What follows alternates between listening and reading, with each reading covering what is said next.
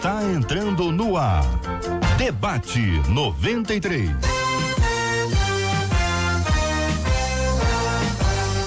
Realização 93 FM. Um oferecimento Pleno News. Notícias de verdade. Apresentação J.R. Vargas. Alô, meu irmão. Alô, minha irmã.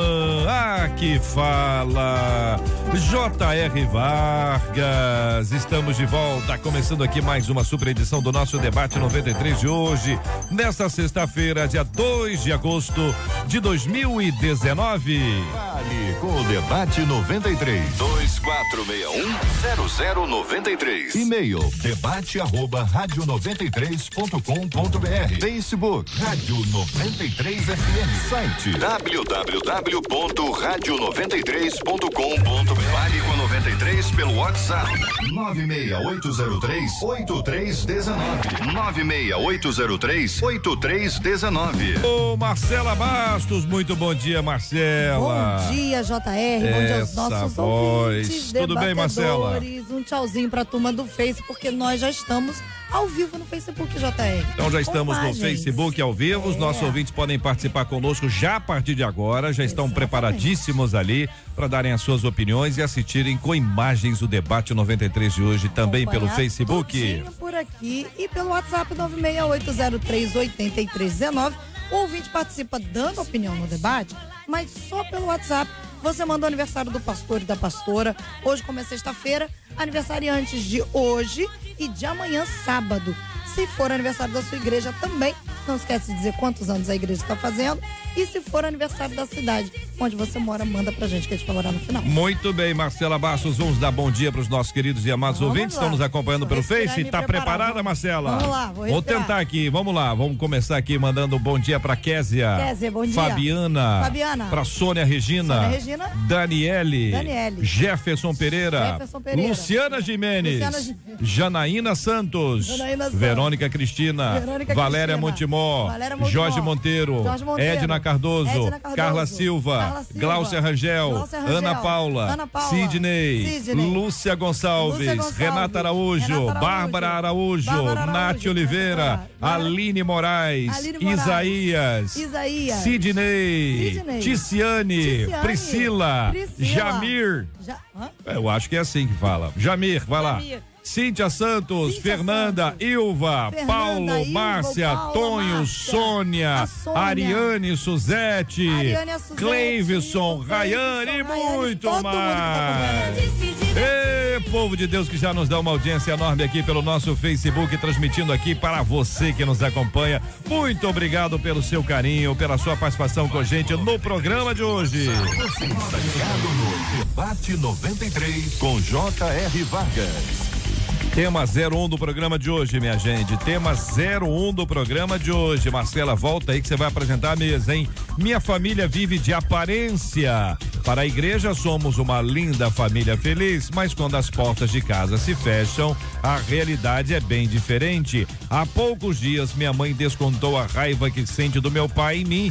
Me bateu, deixando hematomas, me chamou de cruel, de fria, calculista e endemoniada. Pelo amor de Deus, mas que briga feia foi essa, hein?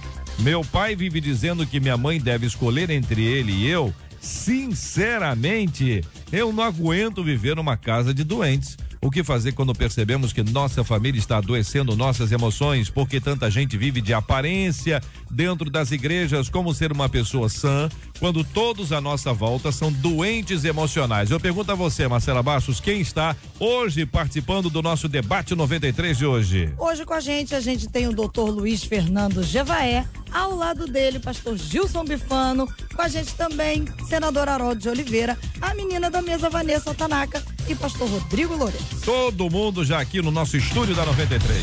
Estamos juntos no Debate 93. Pastor Rodrigo, eu começo ouvindo a sua opinião e a sua fala sobre esse assunto. Esse é o retrato de uma família doente, pastor? Bom dia, JR, bom dia aos debatedores seletos da mesa, me sinto lisonjeado de estar aqui com todos eles e todos os ouvintes que nos acompanham pelo Facebook e além de nos acompanhar também pela rádio É um prazer falar desse assunto, porque nós, como pastores, enfrentamos isso no dia a dia em nossas igrejas e lidamos com isso cotidianamente. É um retrato de uma família desequilibrada, doente, sim.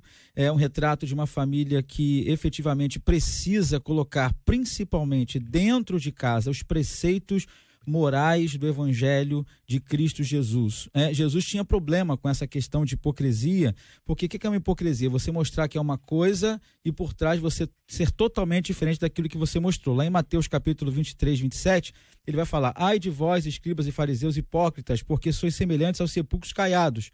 O que eram sepulcros caiados? Tinham uma aparência bonita por fora, mas por dentro estava totalmente podre, totalmente imundo. Então, o que eu quero falar na minha palavra inicial é essa. Essa família precisa efetivamente colocar dentro de casa, principalmente, os princípios do Evangelho de Cristo que vão efetivamente transformar essa casa. Pastor Gilson Bifano, muito bom dia, seja igualmente bem-vindo ao debate 93 de hoje. O senhor tem um ministério já bastante longo, apesar de jovem, nessa área especificamente. Pastor Gilson, como trata este tema aqui a nossa ouvinte? Ela apresenta um relato de dentro, né?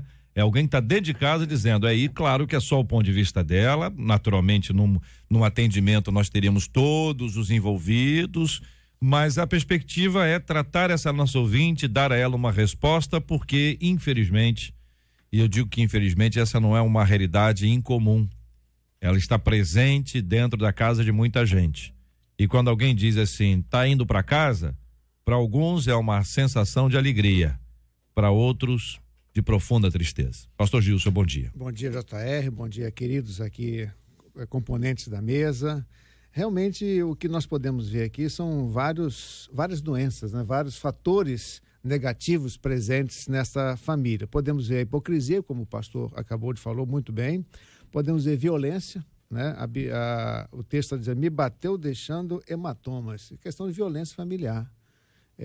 Existe isso muito em nossas igrejas. Muitas famílias em nossas igrejas estão praticando a violência familiar, a violência contra a mulher, a violência infantil. É algo sério que nós precisamos olhar seriamente, urgentemente para a questão familiar dos cristãos. Então, a violência presente aqui, o partidarismo, né? Quando ela diz que dizendo que minha mãe deve escolher entre ele e eu. Isso não existe na família. A família é um corpo, a família é uma unidade, é um sistema. Então, a gente pode ver aqui vários sintomas de uma família disfuncional. Eu sempre digo, JR, que ser crente, ser uma família cristã, não isenta dessa família ser disfuncional, ser doente. Infelizmente, tem muitas famílias doentes, famílias disfuncionais em nossas igrejas. Tem famílias boas, famílias fortes que não são cristãs. Né?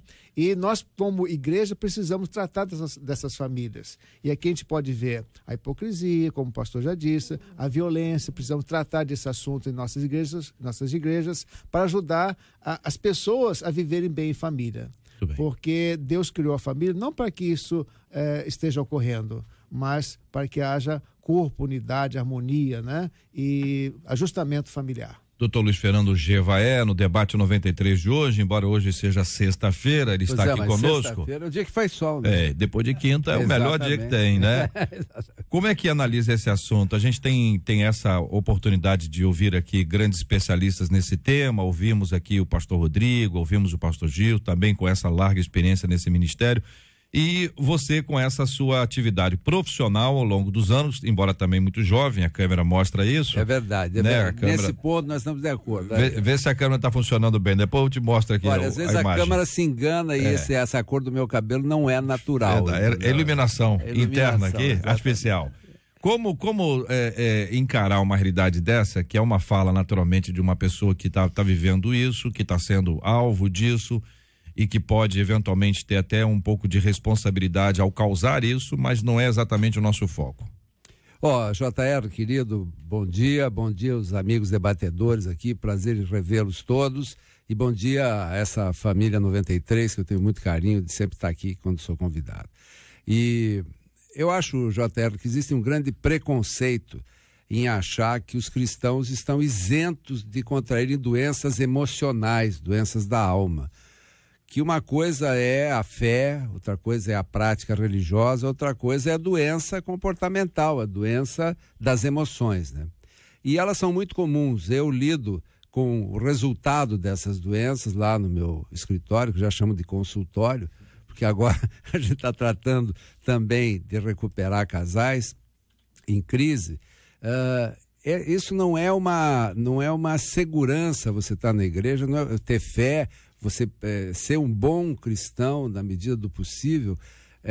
Você não está imune, como disse o pastor Gilson aqui, a ter essa doença ou até ser contaminado por essa doença. Tanto que hoje as igrejas também proporcionam atendimento psicológico e às vezes até psiquiátrico para os membros da sua igreja, porque às vezes a coisa extrapola a simples correção de uma postura e se situa no âmbito que exige uma intervenção profissional, o que também não tem problema algum. As pessoas hoje se socorrem dessas terapias, porque as doenças do comportamento, elas são difíceis de serem identificadas. Porque você quebrou um braço, é fácil, você sabe que está com o braço quebrado. Você está com uma lesão na pele, você sabe que está com a lesão na pele. Agora, o comportamento, e inclusive tem outras doenças que são muito próprias da atualidade, como a depressão, a angústia, o sofrimento. Isso tudo as pessoas acham que é a pessoa que quer.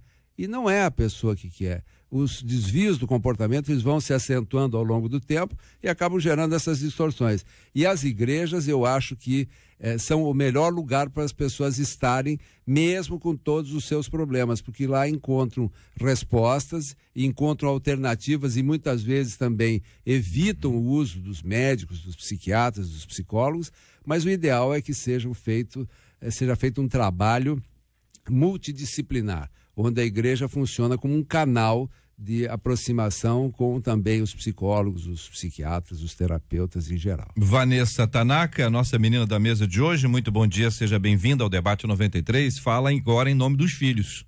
É verdade. Bom dia a todos os debatedores, prazer estar aqui com todos vocês, bom dia aos nossos ouvintes. Falo em nome dos filhos porque trabalho com adolescentes há 20 anos, esse ano faz 20 anos que trabalho com adolescentes. Estava conversando com a menina aqui antes de entrar, ela falou assim, poxa, mudou o líder de jovens lá da sua igreja. Falei, meu ministério é com adolescentes. Até brincando com ela, eu amo trabalhar com adolescentes. Alguns cursos de especialização nessa área, de terapia de família, coaching, né? E a gente verifica, JR, que 99,99999% para exagerar mesmo, quando você ouve um filho falar dessa maneira aqui, eu não sei a idade dessa pessoa, mas quando você ouve, você vai para dentro de casa e você vê que tem uma repetição de comportamento. Isso aqui já é um comportamento que essa mãe provavelmente já sofreu esse abuso moral e dessas palavras de maldição que foram ditas contra essa menina. E isso vai gerar dentro das emoções dela, dentro do coraçãozinho dela, uma semente que, se não for tratada, vai virar uma raiz. E se não for tratada, ela vai continuar repetindo esse comportamento. Então, acredito que nós, como cristãos, nós como igreja, precisamos estar preparados para receber essas famílias que hoje, isso está, infelizmente, se tornando comum nas nossas igrejas. E a gente precisa fazer um trabalho de prevenção emocional. Eu tenho batido nessa tecla. Prevenir, né? Conversar principalmente com os pais. A gente tem desenvolvido lá na nossa igreja um trabalho que chama Família Interligada. E os pais que têm frequentado esse trabalho, que são pais de adolescentes nossos lá, a gente tem visto a diferença na família. Senador Harold de Oliveira, muito bom dia, seja igualmente bem-vindo ao nosso Debate 93 de hoje. Tem uma trajetória pessoal, familiar longa, apesar também de jovem, e inclui também uma bandeira política importante que está em defesa da família. Quando a gente observa um caso como esse, o que lhe vem ao coração e à mente para tratarmos esse assunto? Bom dia, JR, debatedores, queridos ouvintes. Eu ouvi com bastante atenção as intervenções apropriadas por pessoas que, evidentemente, têm grande experiência né, como aqui ficou revelado, e eu estou sempre aprendendo mais um pouco para o meu próprio desempenho como parlamentar, analisando esse momento de tantas mudanças, de tantas transformações na sociedade, em que se precisa regulamentar novas situações, criar novos direitos e obrigações, porque a sociedade ela está sendo muito modificada, está em transição. Eu gostaria só acrescentar um outro viés que agrava essa situação, no meu entendimento, no seio da família, que é um agravante, que é justamente esse momento de contexto altamente tecnológico, principalmente na área da comunicação, onde as pessoas vivem dois mundos na realidade. Primeiro, que a demanda por regulamentação nas relações sociais é muito elevada, e o atendimento de leis, de normas, de convivência que estabeleçam direitos e obrigações é lento. Então nós temos um espaço anárquico, nós temos um espaço sem lei. Nesse espaço sem lei gera-se a confusão. É claro que tem o outro eixo da lei e da ordem também, felizmente, que está funcionando. Mas este espaço de confusão anárquico, cada vez ele aumenta mais. E é justamente nesse espaço onde as pessoas começam a perder a identidade. E a perda de identidade significa perda de referências com o passado, perda de esperança com o futuro. Quando a pessoa não tem essas amarrações, ela fica só com o presente. O presente não é suficiente para moldar a própria identidade da pessoa. Então, nessa confusão, todas as pessoas sofrem, e principalmente as crianças, porque o acesso fácil ao computador, aos tablets, aos laptops, então que aí abre a janela do mundo para uma criança que não está, ou para um jovem que não está preparado para a conviver com esses assuntos do mundo. Então, eu vejo aí um ofensor que tem que ser abordado, sim, tem que ser orientado, que deveria ser, inclusive, a grande preocupação hoje, pedagógica, nas escolas, na orientação para como que as crianças podem ter esse acesso a essa janela que abre para o todo, e que as pessoas, evidentemente, no processo de crescimento, segundo os cientistas, né, precisa ir se preparando para adquirir o conhecimento ao longo da vida, e as crianças não estão preparadas. Agora, essa moça aqui, naturalmente, ela deve ter esse tipo de espaço de comportamento. Muito bem. Essa análise tão importante feita por cada um dos queridos ilustres debatedores presentes hoje aqui dá para a gente uma ideia bastante clara dos problemas que estão aí, às vezes até escondidos, ou não estão tão escondidos assim, porque já estão sendo vistos, mas aparentemente escondidos. E aí tem um ponto que me parece importante, é essa tendência que as pessoas têm de viver de aparência, né? A pergunta que faz a nossa ouvinte, uma delas, é por que tanta gente vive de aparência dentro das igrejas? Eu queria separar isso aqui para identificar que pessoas vivem de aparência em qualquer lugar. Em qualquer lugar. E que na igreja isso também acontece. Mas por que a gente vive de aparência? A gente tem que se incluir quando vai raciocinar. Por que a gente vive de aparência? As pessoas não querem que os outros vejam as coisas ruins que eles têm, os seus pontos fracos, as suas falhas. É natural, é uma proteção. Por que você usa uma armadura? A gente não usa armadura, mas quem vai para uma guerra ou ia para uma guerra naquele período usava uma armadura por quê? Está escondendo os pontos fracos, os lugares frágeis. Você usa uma armadura por causa disso, para se proteger. Então há pessoas que vão esconder isso. Mas o que o ouvinte está dizendo aqui é que esconde e não trata. É um problema que parece que não existe. Então você olha para fora e diz assim, aqui em casa está tudo maravilhoso. Então vivemos muito bem. Quem é que sabe como vive uma família, se não quem está dentro desta mesma família? A gente pode ter uma análise. Pode ter um atendimento, você fala assim, olha, parece que existe uma disfunção aí, mas a gente não tem convicção disso, a gente tem que aprofundar muito mais. A maquiagem, a tinta, a máscara, ela não resolve ela apenas vai produzir um problema mais profundo, porque joga para frente, aí você tem os outros vícios. Se só tem o esposo e a esposa, é uma coisa. Já tem os filhos, já criou, mas tem neto, e vem. Quanto mais gente chega numa casa com problemas, a chance de se multiplicarem os problemas aumenta. Então, se a questão é a aparência, tratar o assunto é fundamental.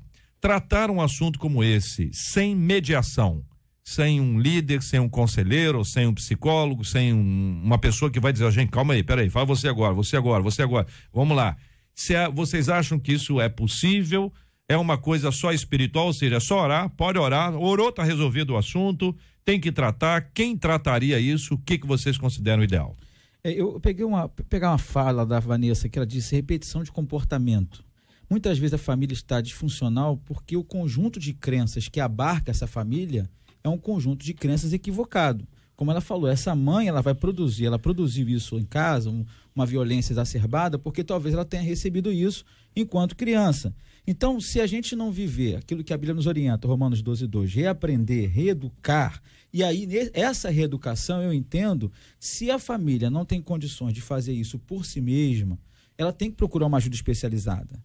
Eu não sei qual é o nível de liderança que os pais aqui ocupam na igreja, porque muitas vezes não se trata porque o pai é o próprio líder da igreja, a mãe também, e aí não procura uma ajuda. Mas nesse caso é a filha, ela pode tomar essa iniciativa? Eu acredito que sim, procurar ajuda da liderança da igreja ou especializada, como disse o doutor Jevaé e os nossos pastores aqui. Uma coisa interessante, nós precisamos em nossas igrejas dar valor à questão científica.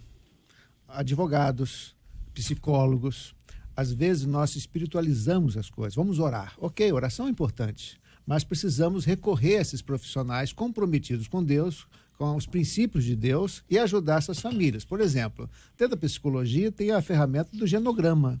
Então, quando uma pessoa vai a um psicólogo e ele faz o genograma da família com aquele profissional, ele se descobre e percebe que muitos erros foram praticados pelos seus antepassados. Sim. E então ele tem ciência, ele tem consciência disso, e a partir daquele momento ele começa a mudar a sua postura. Então o profissional da psicologia tem muito a acrescentar na convivência familiar. E se essa moça está enfrentando esse problema, eu recomendo procurar um psicólogo, desde que seja comprometido com os princípios evangélicos, princípios bíblicos, para ajudá-la a ser sobrevivente. É outro termo da psicologia, né? Porque na família tem o bode expiatório e tem o sobrevivente. Uhum. Então ela pode ser o sobrevivente nesse hospício, né?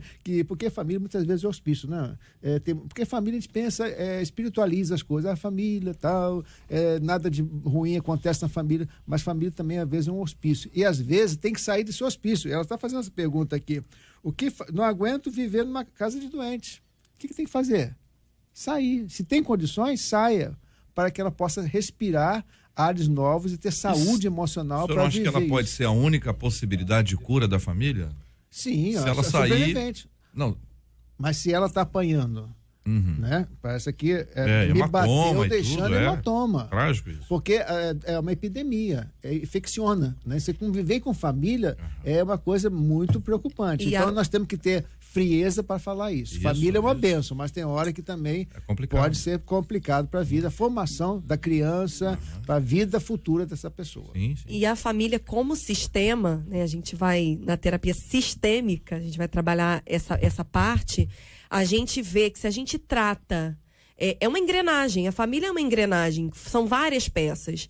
Se a gente destrói uma peça, todo aquele sistema é destruído. Então, aquele sistema, muitas vezes, que está sendo levado para um sintoma de doenças emocionais, se você trata dentro da família, porque muitas vezes a família não quer ser tratada, porque está fazendo a manutenção ali daquele conforto.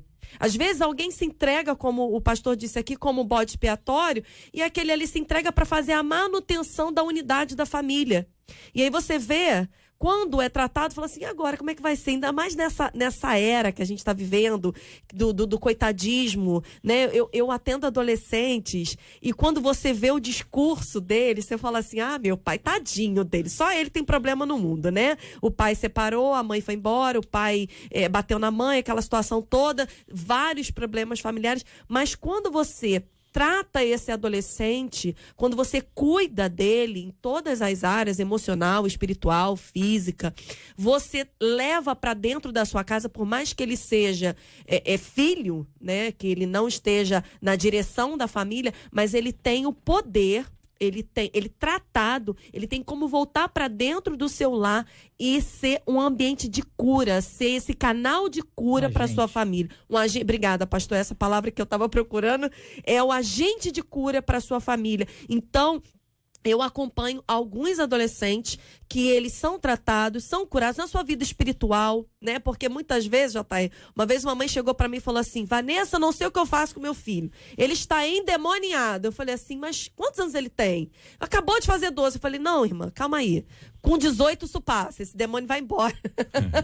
E, na verdade, ele não estava endemoniado, ele só entrou na adolescência, e essa é uma fase de dúvidas e questionamentos, mas quando você traz o tratamento para as emoções do adolescente, quando você cuida dele, quando você quebra essa rotina, né, essa engrenagem, você consegue ter um adolescente curado para levar cura para dentro da sua casa. Então, independente da idade dessa nossa ouvinte, se ela está nesse ambiente enfermo, com tantas dificuldades, e se ela não tiver condições de sair desse ambiente, uma vez que ela pode ser dependente, e até se não fosse, não são todos os casos que isso seria recomendável, a saída, mas esse cuidado dela, o ajuste dela, o cuidado dela com a vida espiritual, o cuidado dela com a vida emocional, vocês falaram aqui no apoio psicológico, no fundamental que seja um acompanhamento espiritual de alguém para dar o reforço espiritual e discipular a pessoa e interceder pela vida dela, para que ela de alguma forma possa produzir esse contágio contrário, né? Esse impacto pelo oposto, né? Se tá tudo desengrenado, tá tudo desembestado, se entrar para dizer assim, para aí, gente, calma aí, talvez ela possa vir a ser essa pessoa. Eu estava falando aqui, eu estava prestando atenção e comecei a me preocupar. Que conselho dá para essa jovem aqui? E eu tive uma ideia aqui que pode ser boa. Ela disse que a família toda, no ambiente da igreja, se comporta da maneira que ela gostaria que se comportasse dentro de casa. Mas quando vem para casa, muda tudo. Que tal se ela trouxesse a igreja para dentro de casa? Quer dizer, se ela começasse a se comunicar e se relacionar com mais gente que fosse da igreja mesmo. Então, chamar amigos dela, amigas, e fazer convivências. Que tal uma noite de oração em família? Perfeito. Que tal um culto domiciliar? Que tal uma reunião de uma célula, de um grupo, de um pequeno grupo, ou até, se for adolescente, de outros adolescentes, dizer, pai, mãe, vou trazer aqui em casa meus amigos para tocar violão, a gente vai ensaiar louvor para a igreja, trazer a igreja para dentro de casa, porque se ela já percebeu que se na igreja o ambiente, ainda que seja de aparência, ela já contamina, porque tem hoje neurocientistas que falam, você finge até acontecer. Quer dizer, se você puder ter essa aparência, ela acaba introjetando em você e você acaba vivenciando aquilo que você gostaria de aparecer. Então, o conselho, a sugestão que eu dou, trazer a igreja para dentro de casa. E eu acho que isso vale para todos nós. E se ela assume essa nova postura, ela vai mudar a sua família. Exatamente. Eu acho que a ideia realmente que o Gevaer trouxe é interessante, porque o que é a aparência? A aparência é a tentativa ou a preocupação consciente de atender à expectativa dos outros. Então você imagina que as pessoas sabem que uma família estruturada, né, funcionalmente organizada, tem aquele comportamento. Então procura aparentar aquilo. Então, na medida em que você força a que esta aparência não seja buscada apenas na igreja, mas também em casa, justamente porque a igreja está chegando em casa através de outros membros, eu acho interessante, e aí esta aparência poderá ir se tornando devagar, se tornando na realidade da família. São 11h35 aqui na 93 FM. Eu quero agradecer o carinho da sua audiência com a gente através da transmissão do Facebook da 93. Nós encerramos essa nossa live de abertura aqui agora, dizendo que segunda-feira, com a graça de Deus, estaremos de volta também ao Face a partir das 11 horas da manhã e continuamos transmitindo você pode ouvir a gente pelo aplicativo da 93 FM, também pelo nosso site radio93.com.br, claro, através do rádio em 93,3. Continuamos a programação aqui na 93 FM. Este é o Debate 93 com J.R. Vargas na 93 FM. Ô Marcela Bastos, o povo quer saber. O povo quer saber, Marcela. O povo quer saber, você quer.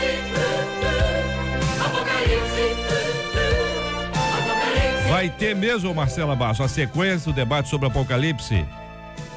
O dinossauro vai entrar no Apocalipse ou vai entrar no Gênesis? O dinossauro está tentando entrar desde o Gênesis. O dinossauro não chega. A gente já está indo pro terceiro debate. O pessoal está preocupado com o negócio do dinossauro. Você vai ter o negócio do dinossauro, não vai ter dinossauro? Vai chegar.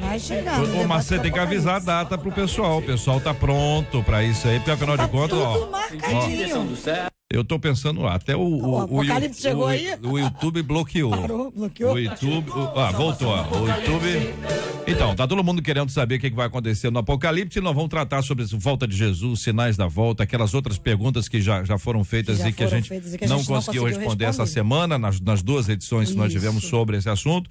Mas eu vou pedir a você o seguinte: coloca o negócio do dinossauro para começar o assunto. Porque tá na pauta, não tem culpa, eles não conseguem chegar lá no dinossauro. Já responde, para não alimentar isso, que muita gente fica na dúvida, o negócio do dinossauro, se teve, se não teve, que acabou. Tem gente que acha que foi quando ele explodiu o dinossauro. Eu quero saber a sua opinião, ouvinte. Estamos juntos no Debate 93. Seguinte, de acordo com os pesquisadores da Universidade de Washington, ter laços fortes com a família e com a escola durante a infância é algo que aumenta as chances de se ter uma vida satisfatória quando chega aos 30 anos de idade.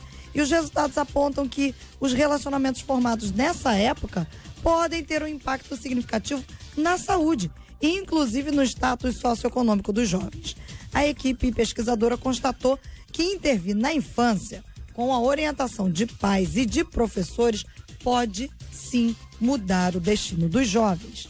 E a gente sabe que relacionamentos sadios promovem segurança e, sobretudo, promove a identidade. Por isso a gente pergunta para você costuma sim dizer para as crianças do seu convívio, independente de ser seu filho, de ser seu neto, seu sobrinho, as crianças do seu convívio, você diz a elas o motivo para o qual elas foram criadas?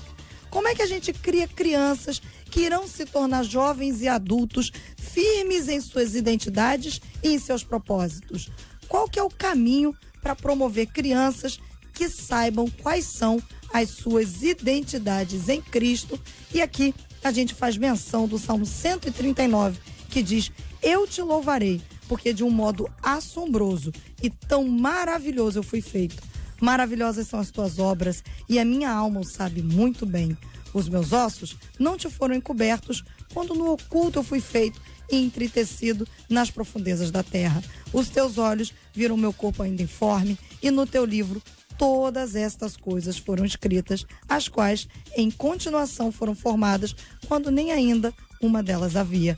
E quão preciosos me são, ó Deus, os teus pensamentos. Quão grandes são as somas dele. Muito bem, Marcela Bastos. Esse assunto, minha gente, está conectado ao assunto número 1 do programa de hoje. E como aqui a Marcela disse que aos 30 anos que a pessoa tem chance de ter esse equilíbrio, vou começar com a pessoa com a idade mais aproximada, Dr. G. Vaé. Muito obrigado, muito obrigado.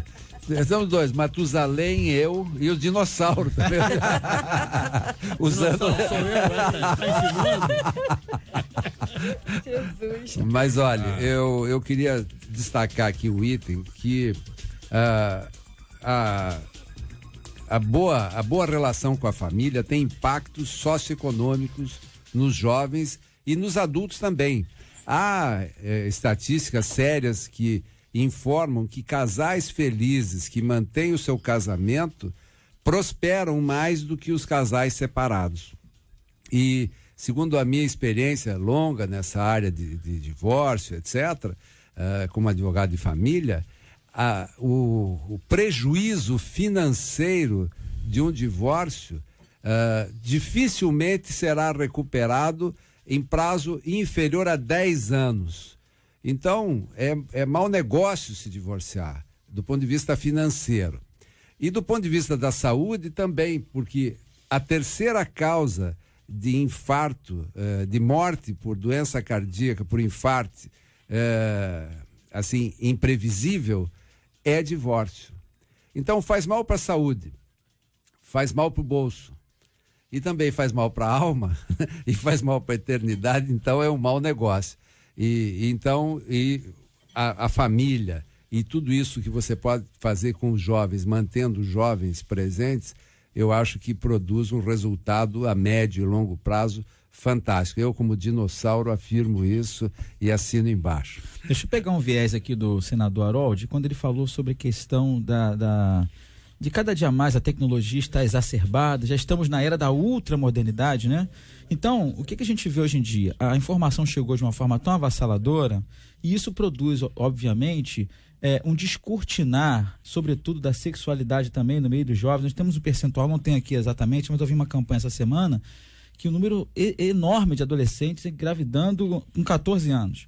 Então você tem aí uma família que já começa equivocadamente, e aí o ponto que está colocado aqui, o relacionamento sadio, ele já não começa existindo no início. E aí eu vou dar aqui só um ponto, porque como o Harold falou, lá no Congresso, no Senado, as coisas andam a passos muito lentos, há muita burocracia, além das fortalezas que imperam para tentar impedir de um projeto de lei ser aprovado e outras coisas mais. Então eu acredito, como pastor, que cabe à igreja também se posicionar, sobretudo no investimento no departamento infantil. Eu vou a igrejas que às vezes não tem um departamento infantil. Uma criança ouviu uma mensagem bíblica na linguagem dela, então ela tem que sentar no banco com a mãe bota uma folha de caderno em branco para desenhar, ou então ela vai ouvir uma mensagem que o adulto está conectado e ela não está conectada. Então a igreja tem que se posicionar. Nós temos aqui um senador que está lutando juntamente com uma bancada para poder emplacar alguns projetos que vão de encontro à família, mas a igreja precisa tomar uma posição também, colocando um investimento maior no departamento infantil, qualificando seus professores para que a criança seja formada numa linguagem dela e aprenda com a palavra de Deus. Está aqui o nosso senador, Harold de Oliveira. Quem sabe, senador, você poderia levar para o Ministério da Família, a pastora Damares, né, o seguinte slogan: viver em família ajustada faz bem à saúde. E a propósito, faz bem à saúde, sim. Já a propósito, lá em casa tem uma das nossas empregadas que tem uma filha, que eu trato como neta, porque nós já temos os nossos netos, já cresceram, já estão com 18 anos, então eu trato como neta. Ela tem agora, fez 7 anos, 8 anos. Desde pequenininha, desde que nasceu, porque ela está conosco há muito tempo. Mas o que eu quero dizer com isso? E eu fico observando, porque eu também sou uma pessoa, como eu digo, embora já esteja numa outra fase da vida, eu estou aprendendo todos os dias.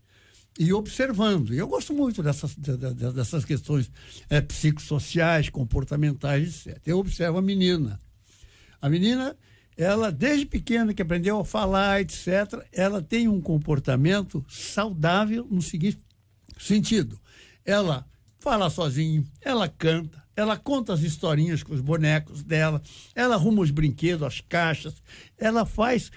Então, isso denota que ela é uma criança saudável emocionalmente, mas mais do que isso, ela remete à família, que a família é uma família saudável, onde o pai e a mãe têm essa preocupação. Ela não tem problema psicológico, não tem essa. Então, eu fico observando isso, e são pessoas bem humildes, moram na rocinha. Então, você vê, é uma família organizada, estruturada e montada. Ele e ela, a mãe, os pais e a filha. Ele trabalha num lado, ela trabalha no outro, mas eles acham tempo para ter a menina numa formação, aquela que compete à família, bem formada. E na escola, evidentemente, está na escola confessional, ela também reforça esses valores. Então, realmente, A saúde emocional da criança reflete o comportamento dentro da família. E o interessante disso tudo a gente vê aqui uma frase que foi colocada, uma pergunta, né? Como criar crianças que se tornarão jovens e adultos firmes em sua identidade e propósito. Eu preciso saber quem eu sou, minha identidade. Quem eu sou, o que eu estou fazendo dentro dessa família. E eu preciso ter certeza do propósito para o qual Deus me criou. Esse Salmo 139, eu sou apaixonada por ele. É um salmo que eu falo muito quando eu vou pregar, principalmente para adolescente, versículo 13 e 14. E tem uma palavrinha aqui que se chama entretecer. Eu fui estudar um pouquinho sobre essa palavra. Entretecer é tecer com cores. Aí outro dia eu falei assim, como é que Deus nos teceu com cores, que nós somos todos de uma cor só?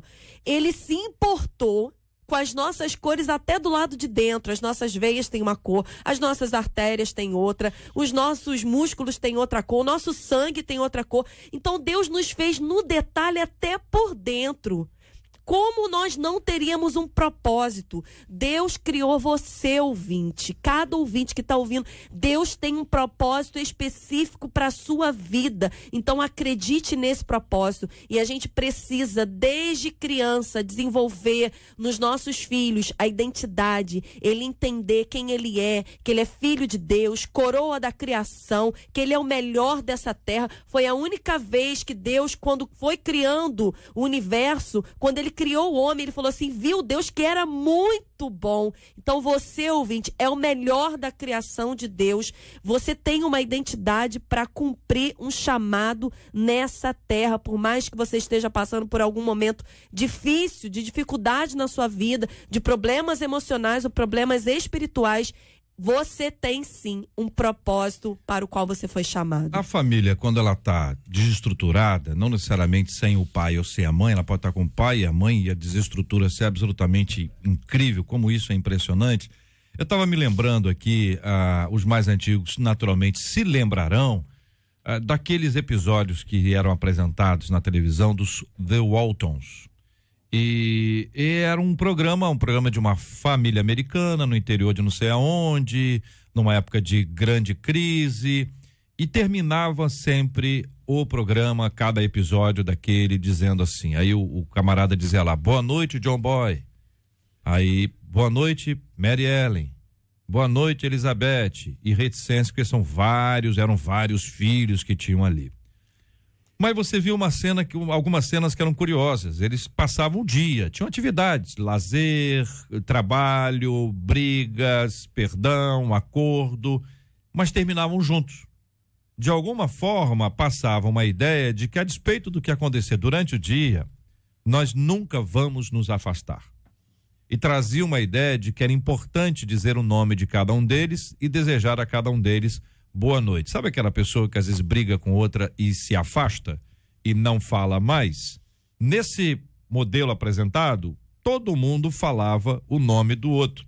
E a gente, isso aqui criou a marca. Todo mundo fala, boa noite, John Boy, boa noite, Marielle. Isso aqui durante muito tempo foi uma máxima. Até hoje, quando puxa aqui essa frase, porque alguns ouvintes estão dizendo aqui, ouvinte, me conta aqui, os ouvintes que estão pelo WhatsApp aqui, 968038319, você já assistiu. Se você lembra disso, agora não fica com gracinha de idade, não, tá? Que isso é pesquisa histórica que tem que ser feita e que a gente tem que desenvolver.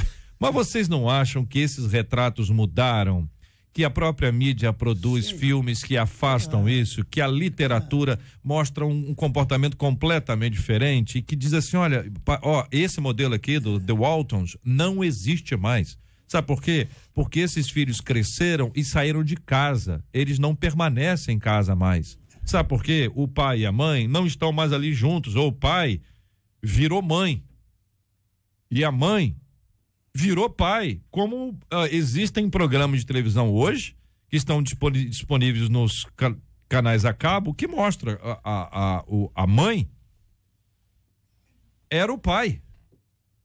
E fez as operações necessárias ali e aparece no episódio como a coisa mais normal do mundo. Quer dizer, a questão da identidade, no meu entendimento, é a coisa mais séria. Quando fala o nome, você procura sempre está reforçando a identidade daquela pessoa. Esse é mais ou menos o recado aí no boa noite, fulano, boa noite, Beltrano. Agora, por que a identidade tem a ver, vou repetir, os psicólogos aí que me perdoem, mas questão de vida, de experiência, até de leitura, tem a ver com o passado, o presente e o futuro. Você tem que estar amarrado, porque você tem no passado, você tem a sua história, o presente é o que você vive com intensidade hoje e o futuro é a esperança.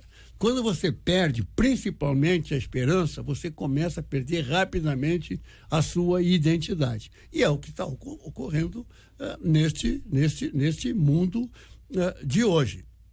Então, o que nós temos que entender deste processo todo?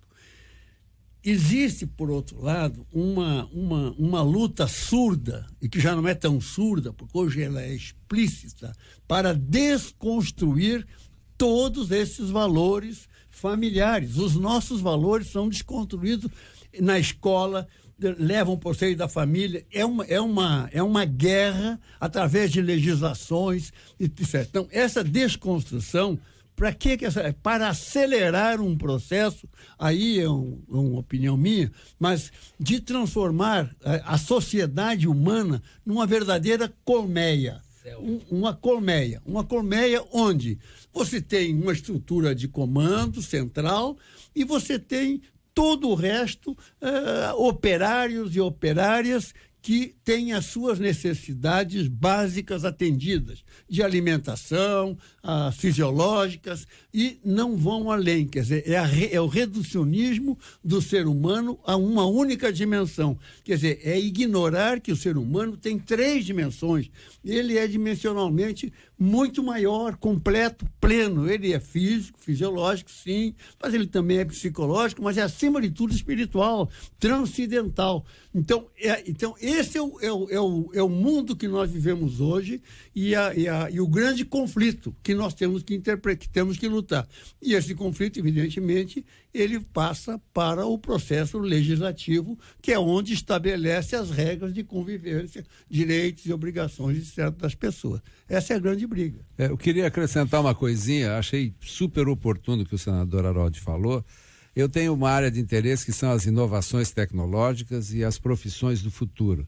Como eu pretendo, junto com o Haroldo, nós combinamos nos encontrar novamente quando a gente estiver comemorando 110 anos, nós dois, ele antes de mim, mas daqui a 2 anos. Tá perto. Mas eu ouvi uma palestra de uma pessoa super importante, dizendo o seguinte, que entre as profissões do futuro, não haverá mais profissão específica, mas propósito de vida. Porque você se aposenta de uma profissão, mas de um propósito não se aposenta nunca. Uau. Então, eu acho que essa história aqui da identidade e essa desconstrução da identidade, que o senador falou muito bem, que é o seguinte, você é o que você quer, você não tem gênero, você não tem identidade, você não tem família, que é exatamente para pulverizar, porque a Bíblia já fala, né, que um nó de várias cordas, uma corda de várias, como é que é o negócio? Cordão de 3 dobras. Cordão de 3 dobras. Exatamente. É muito mais forte, né? Então, desconstituir a família é um processo de pulverização da sociedade e nós estamos vivendo isso. Muito bem, e há vários ouvintes aqui dizendo que assistiram, outros dizendo que não assistiram porque são jovens. Muito bem, a propósito da questão da identidade, eu me lembrei de Tiago, capítulo 1, versículo 1. Para mim, uma definição de identidade muito, muito importante. Tiago, servo de Deus e do Senhor Jesus Cristo. Ao assumir essa identidade cristã, tudo muda na perspectiva de Tiago. Tiago diz isso e depois escreve sua epístola, que é maravilhosa. Tiago, que é meio irmão de Jesus Cristo e se apresenta como servo de Deus e do Senhor. Ele poderia dizer servo de Deus e de Jesus, mas quando reafirma o Senhor, ele não toma Jesus apenas como mestre, como muitos dos religiosos da época que se aproximavam de Jesus chamando Jesus de mestre. Você se apresenta ao mestre querendo aprender, mas ao Senhor querendo obedecer. Tiago, servo de Deus e do Senhor Jesus Cristo, Tiago, capítulo 1, versículo 1. Paulo vai falar, né, também. Paulo vai falar, vai. Estamos juntos no Debate 93. Minha gente, é o seguinte, eu queria a opinião de vocês. O governador de São Paulo, João Dória, aprovou a lei que cria o dia de oração pelas autoridades da nação. A Dória afirmou que a lei não custa nada aos cofres públicos, não causa prejuízo a ninguém, ainda traz o bom sentimento da oração, seja qual for a origem da pessoa. O governador disse ainda que neste momento o Brasil precisa de oração, paz e entendimento. A justificativa do projeto diz que é comum críticas e condenações a respeito de nossos governantes e por isso oramos para que os poderes executivo, legislativo e judiciário cumpram seus papéis com excelência e retidão.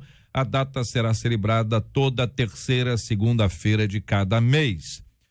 A proposta veio de dois deputados estaduais de São Paulo, um deles teve o mandato renovado, o outro não, ambos ligados à Igreja Católica.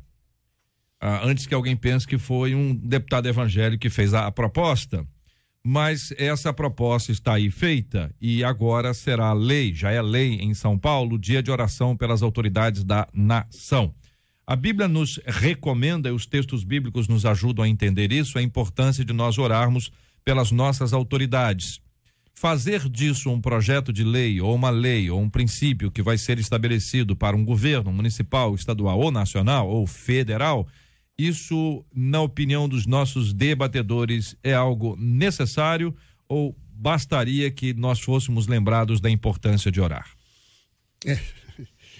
Todo mundo me olhou, então eu vou falar isso aí, senador. É isso aí. Foi automático.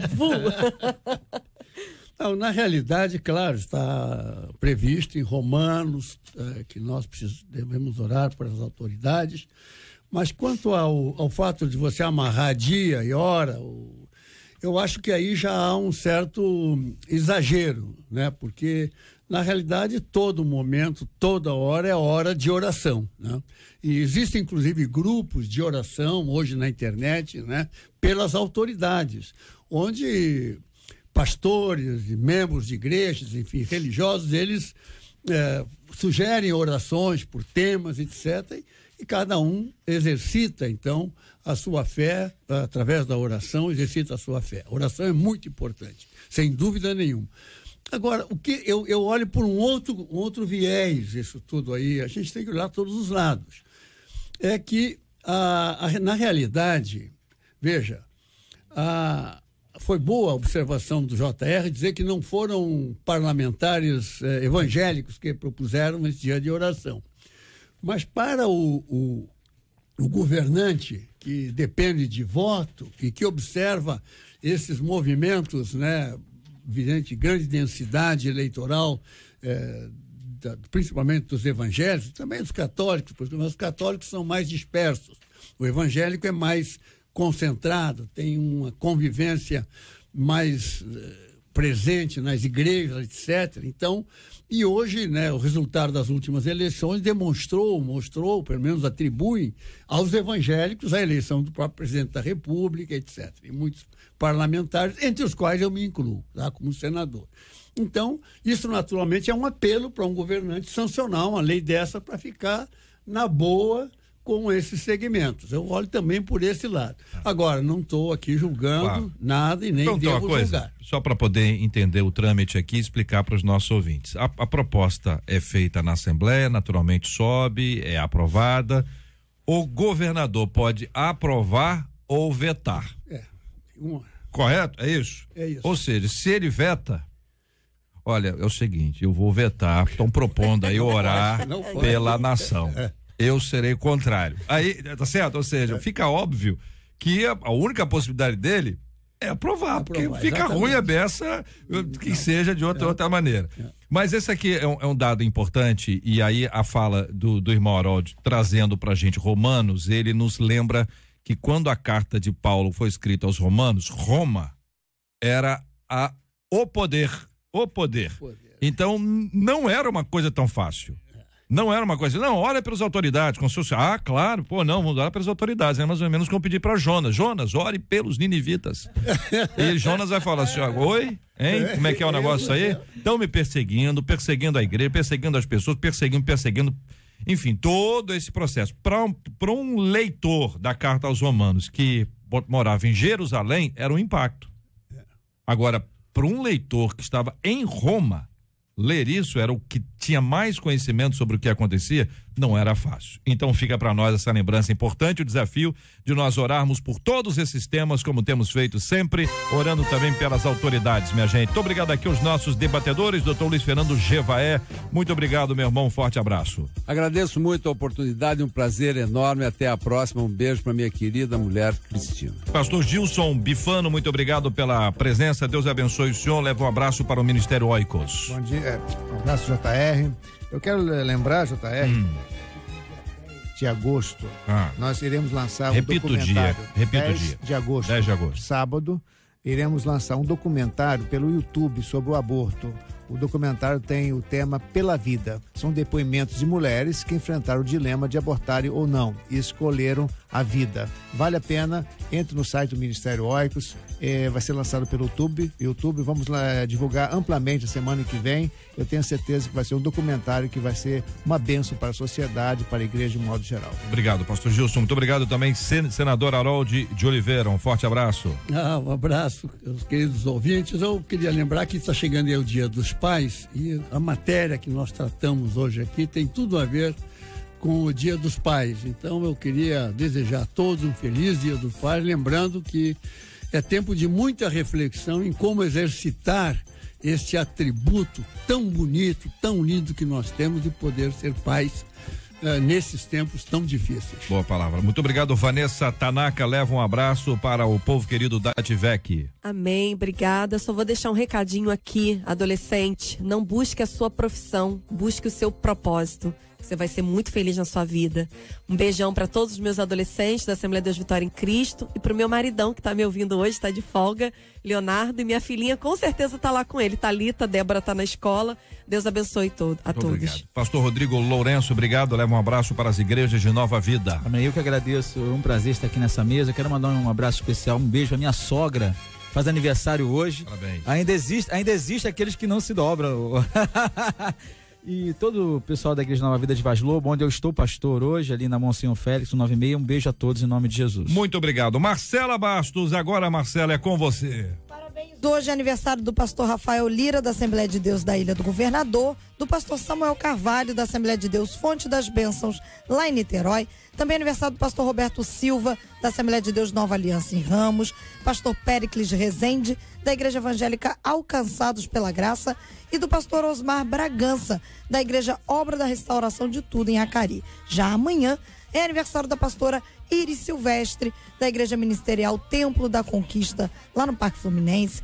Também é aniversário do pastor Alexandre Medeiros, da Igreja Evangélica Chama Eterna de Itaipu, do pastor Marcelo Jansen, da Igreja Nova Vida da Posse, da pastora Márcia Molinari, da Assembleia de Deus em São Gonçalo. Aniversário também amanhã, pastor Francisco Carlos, da Igreja Presbiteriana Jardim de Oração, do bispo Raimundo Alves, da Assembleia de Deus Missão Apostólica da Fé em Parque Guandu, e aniversário da Késia Martins, ela que é a esposinha querida do pastor Natanael Eufrásio, lá da Assembleia de Deus Ministério Despertando Vidas em Inhaú. Que maravilha, quanta gente especial e querida, que Deus abençoe esse povo de Deus que está nos acompanhando, aniversariantes, todas essas celebrações, que Deus abençoe a cada um deles. Amanhã é sábado, domingo é dia de estar na casa do Senhor, não perca a oportunidade de estar juntinho com seus irmãos, celebrando com alegria, na presença do Senhor. Nosso querido Gilberto Ribeiro está chegando para a nossa Caravana 93 e nós vamos orar juntos agora, pelos temas tratados, abordados hoje aqui.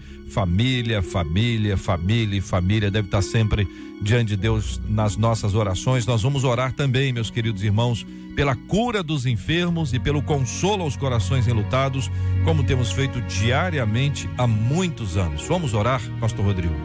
Pai, em nome de Jesus, te adoramos como único Senhor de nossa vida, de nossa existência. Te damos graças por esse debate tão relevante que impactou corações de ouvintes por todo esse Brasil e mundo afora.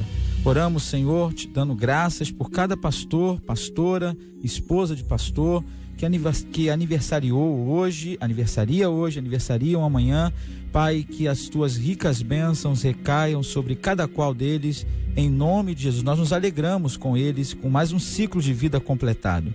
Oramos também pelos enlutados, ó Deus, por esse estado, por essa nação, pelo teu filho, o senador Harold, que está aqui conosco, e por toda aquela bancada, Senhor, que está naquele local onde fortalezas tentam impedir, ó Deus, que a tua verdade permaneça de pé.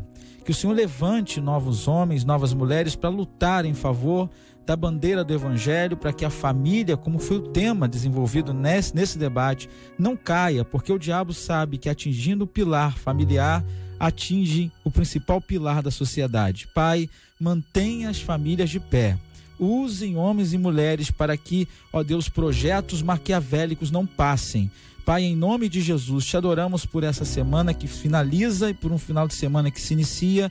Continue abençoando toda essa rádio, a sua direção, os seus funcionários, que tanto abençoa esse Rio de Janeiro, ó Deus, país e mundo afora. Te louvamos por tudo, no nome de Jesus. Amém. Que Deus te abençoe. Você acabou de ouvir Debate 93.